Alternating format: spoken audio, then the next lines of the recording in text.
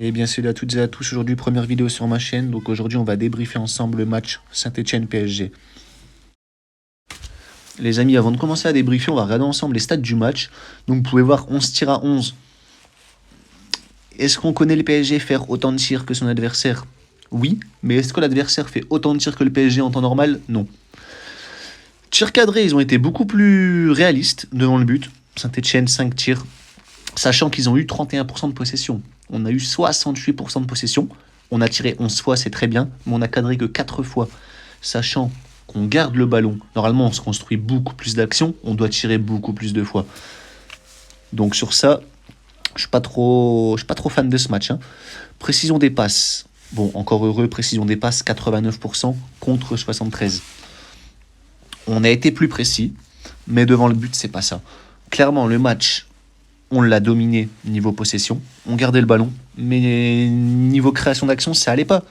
Faut pas se mentir, ça allait pas, création d'action, ça n'allait pas. Saint-Étienne, ils avaient très peu le ballon, mais ils ont cadré plus de fois. Bon, après, ils ont cadré un tir de plus, mais quand même, face au PSG, cadrer 5 tirs, en temps normal, ça se fait pas. À part si vraiment tu t'appelles Lyon, tu t'appelles, je sais pas. Bah, j'ai que Lyon en tête pour l'instant, parce qu'à vrai dire, sur la Ligue 1, on marche clairement. Sauf cette année, excusez-moi. Voilà. Donc maintenant, après avoir vu les stats, on va parler ensemble du match. Voilà, sur le match en lui-même, comme je vous ai dit, j'ai pas vraiment kiffé le match. On a vraiment connu mieux de la part du PSG. Avant le match, on était troisième. Bon là, avec les résultats de nos rivaux, on est deuxième après le match. Je vous montrerai le classement juste après. Sur les... Qu'est-ce que j'allais vous dire? Excusez-moi. Sur les 3 derniers matchs, Paris n'avait pas encaissé de but. Je viens de le noter, j'étais en train de rechercher cette phrase. C'était une information que je voulais vous faire partager. Ça faisait 3 matchs que Paris n'avait pas encaissé de but.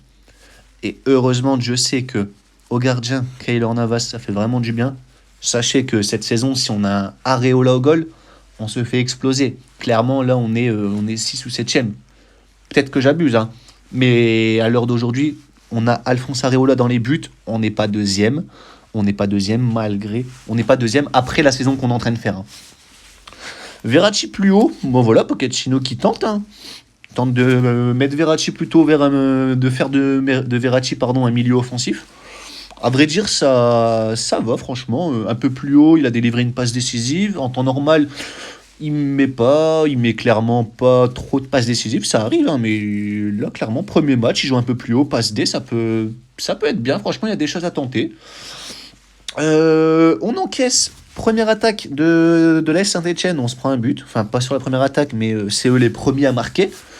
Derrière, réponse rapide, 3 minutes. Bon, à vrai dire, quand on concède l'ouverture du score, on reste pas longtemps à 1-0 de la part de l'adversaire. Donc, réponse rapide du PSG, ça j'aime bien, parce qu'au moins on n'est pas trop dégoûté du match à chaque fois.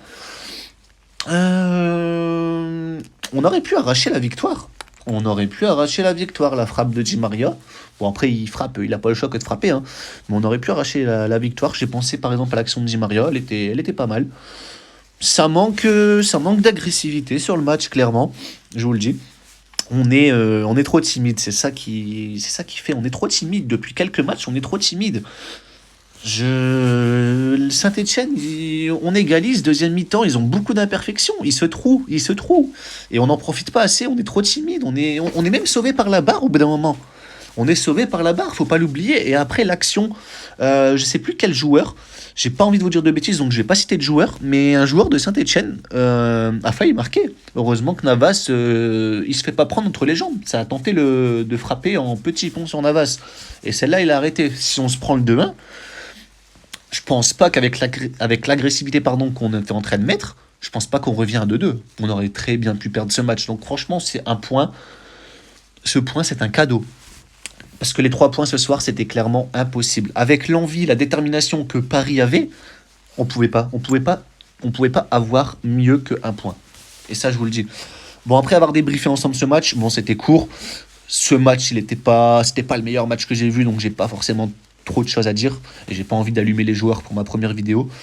Donc, on va passer au classement. Je vais vous montrer le classement après ce match. Qu'est-ce que ça donne?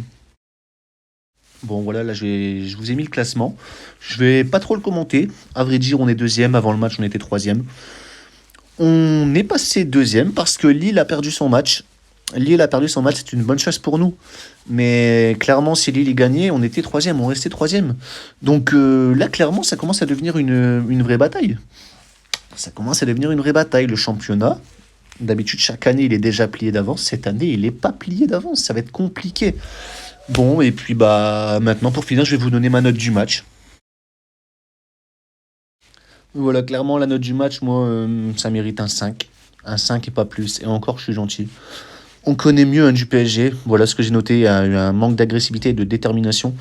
Avec un peu plus d'agressivité, un peu plus de détermination, pardon, on pouvait largement remporter le match. Voilà, donc moi pour moi ça mérite un 5.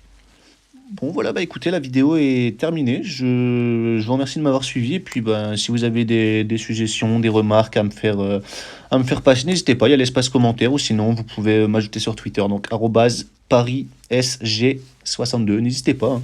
Voilà, bah écoutez, je vous remercie et puis n'hésitez pas à vous abonner surtout. Ciao.